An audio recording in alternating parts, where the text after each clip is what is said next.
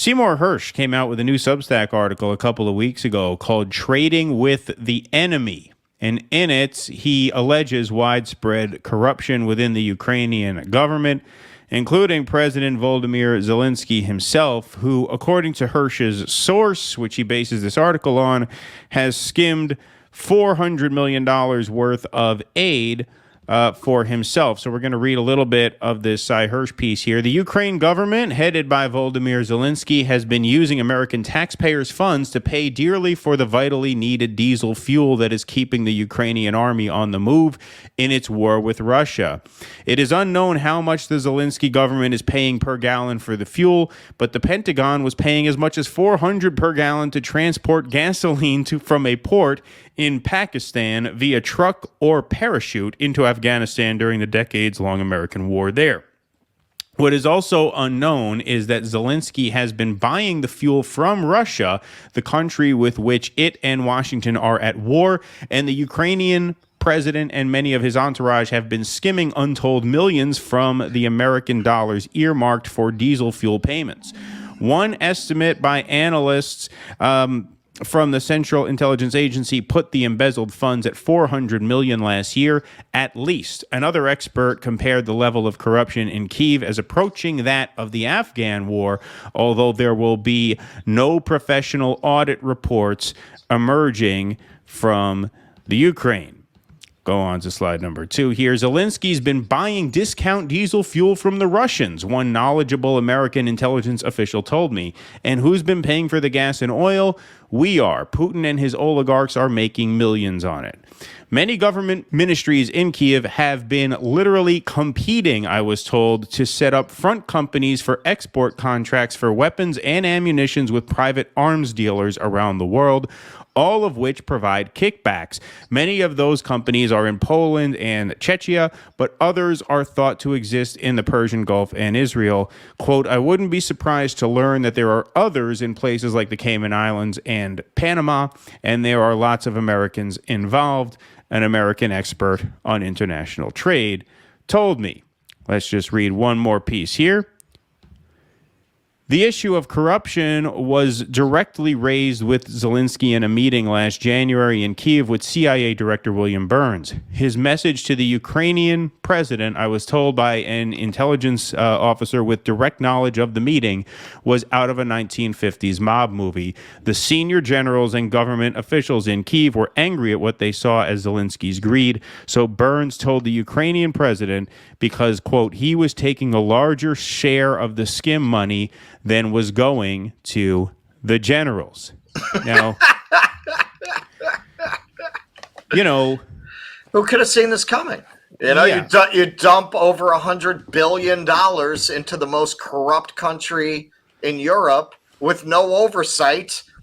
Who could have seen that coming? Well, listen, most corrupt country in Europe is just a very negative way of saying emerging, struggling democracy. That's right. True. That's what they are. True. They are trying. They're making an effort. They're trying not to steal money, but they just, it's hard. It's like quitting fast food. Right. It's so tempting. You're driving around. You got McDonald's and Burger Kings everywhere. You get addicted to the sugar. Exactly. So they're giving it their best shot. But if this is true, that's obviously a big story. Also got no press at the White House Correspondents' Dinner last night. This story's actually been out for a couple of weeks. We've been meaning to cover it, and just other things have been popping up. But this story has been out there for a bit. And I want to paint a little bit of a bigger picture here with regards to the opportunism of war. The masters of war, right? The war machine, the military-industrial complex, as it's called. Here's U.S. Commerce Secretary Gina Raimondo speaking at the U.S.-Ukraine Partnership Forum a few days after this article was released, delivering good news to the audience that CEOs in the private sector are willing to, quote-unquote, help in the quote-unquote reconstruction of Ukraine, which she estimates will take a long time and cost a lot of money. Yes, we work today, but we are committed to the future. As the president said when he was with President Zelensky, we're going to be with you for as long as it takes. for as long as it takes. And that includes reconstruction, which will be years and a decade in the making, and that's, of course, what we're here to talk about today. And we know the price tag is high, and the country is being pummeled every day. The World Bank says reconstruction and recovery, the price tag has grown to over $400 billion, and that will continue to grow. And here's the reality, and you know this, government can't do it alone. We will do our part. President Biden and our team are utterly committed, but we need you. This has to be a public-private partnership if we're going to get this done. I love how she says that like that's supposed to be, what, bad news for them? We wish we didn't have to ask you Yeah. Well, I mean, this is to invest in Ukraine and make a fortune on the reconstruction. Looking at you, BlackRock, who was in the House that night. A BlackRock senior advisor actually got up there and spoke. Oh, I mean, if we have to take those contracts and build those cities back up, I guess we will. I really wish we didn't have to, though. I guess if it's for democracy, if it's for freedom, if you need us, we'll do it, right? It's going to take a public-private partnership. Well, yeah. I mean, this is neoliberalism summed up. I mean, it's just. But that's it. She just described the core premise of neoliberalism, right? Government is going to cede a lot of its functions to private enterprise, which in exchange is going to do it at much greater expense than government would, and they're going to line their pockets. You know, this is what we see in the way we conduct war now. You know, now you have contractors doing the food. You know, the army used to do all that stuff themselves. They did all their building of latrines. Now this is all subcontracted because you can't stuff money in the pockets of your donors if the military takes care of its own needs, right? You can't. Nobody profits from that. This is the same thing. You know, they can't do just a Marshall Plan. They have to stuff money in the pockets of Goldman Sachs and all the rest of their corrupt criminal friends who are getting rich off of this war and pretending it's a moral crusade, when actually, you notice every time one of these existential threats peter out, we find another one, right? Just as ISIS was defeated. Right. Now it never ends. It never ends because it's profitable.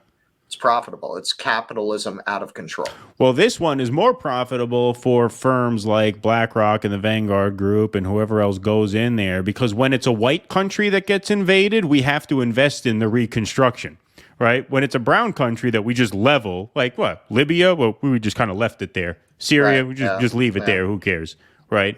But this is a white country. We have to go. We have to rebuild. And look what she says here. Of course. You can't leave a country like that in Europe. No. You can't leave a European country in shambles. You have to contract out the reconstruction to BlackRock. Right? Of course. But we need you. This has to be a public-private partnership if we're going to get this done. Now, here's the good news. I talk to CEOs every day, from the big companies to the small companies across industry. They want to help. You're all here today. You want to help. The chamber is showing extraordinary leadership. CEOs say, we want to be there for Ukraine. CEOs say we want to be there for Ukraine. CEOs want to help. What do you mean help? They're helpful people. They're going to do it for free? No. They'll help.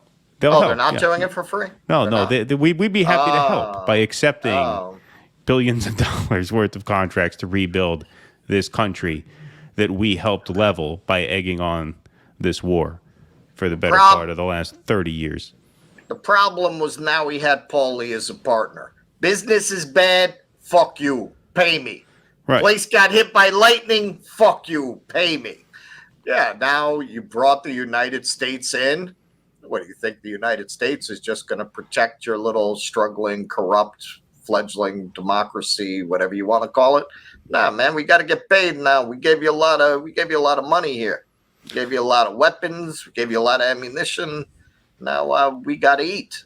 Well, you'll be happy to know, Russell, that the Ukrainians seem on board with this as well. Here's Dmitry Olyanik. I hope I pronounced that last name correctly. That's a tough one. He's the deputy governor of the National Bank of Ukraine, expressing his vision to modernize Ukraine and make it friendly for private investment. So see how all the pieces are sort of coming together. See how this is all, maybe this will end happily ever after all, for the people who stand to make a few bucks. War tends to work out for these kinds of people every time, no matter what, does it not? Here's Dimitri. Sure does. Time is running short, but Sergey, I wonder if you could share some further thoughts about the Ukraine's ambitions on creating a better business environment, rule of law, and that enabling environment which is so important to attracting private capital.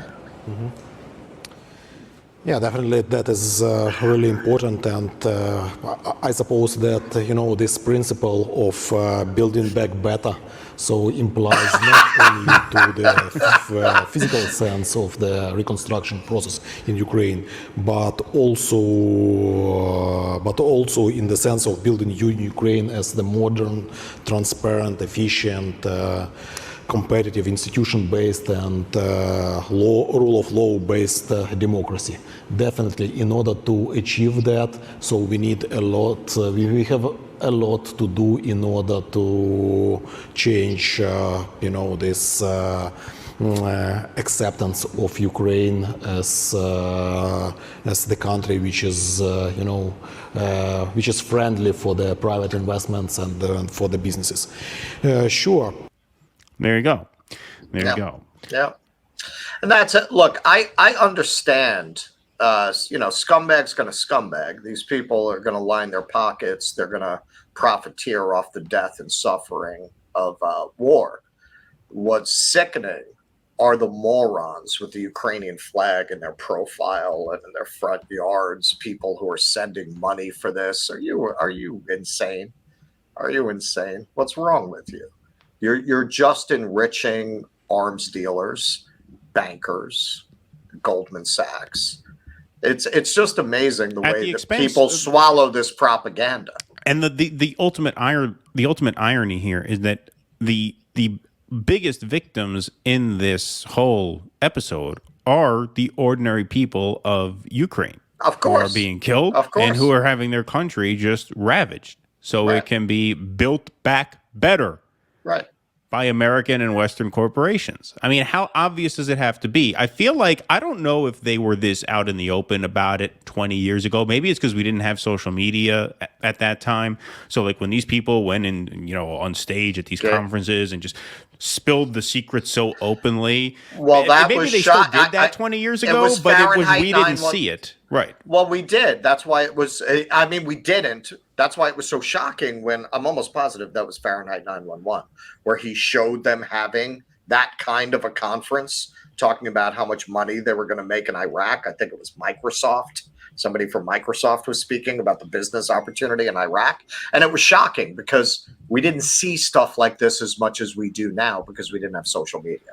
Right. Now it's all over social media when this happens. So maybe, it's not that they never did it before. It's just now we can see it. Right. But if you see it right there, I mean, don't you understand what this is about? Don't you understand, as Smedley Butler said almost 100 years ago? I was just going to say that. We should do a segment on that book. Yeah. War is a racket. It's a racket. It serves those who benefit from war and no one else. There are no winners in war except for those people on that stage. They had Citibank there. They had BlackRock there. The guy from BlackRock was the first guy to use the Build Back Better thing, right? He actually kicked that off, that phrase there. Right. But yeah. And, meanwhile, I mean, obviously we had the Seymour Hersh piece talk about the Ukrainian government skimming money. You want to discredit that and say that's one man with anonymous sources? I wouldn't discredit that because you could discredit almost everything in the New York Times and the Washington Post on that basis. Well, not only that, but sources familiar with the matter say. Right. That's usually their entire attribution. But like, whatever you feel about that, the reason I thought those two videos were important to play in this segment is because even if you don't take Seymour Hersh at his word, there it is right on stage. They're saying it right on stage. That's just a version of his article. It's not the government. It's worse than the government. It's these vultures just swooping in to profit off of the ruin of Ukraine and profit off of the reconstruction, which they say, oh, it's going to take a long time. It's going to cost a lot of money. It's not going to be cheap.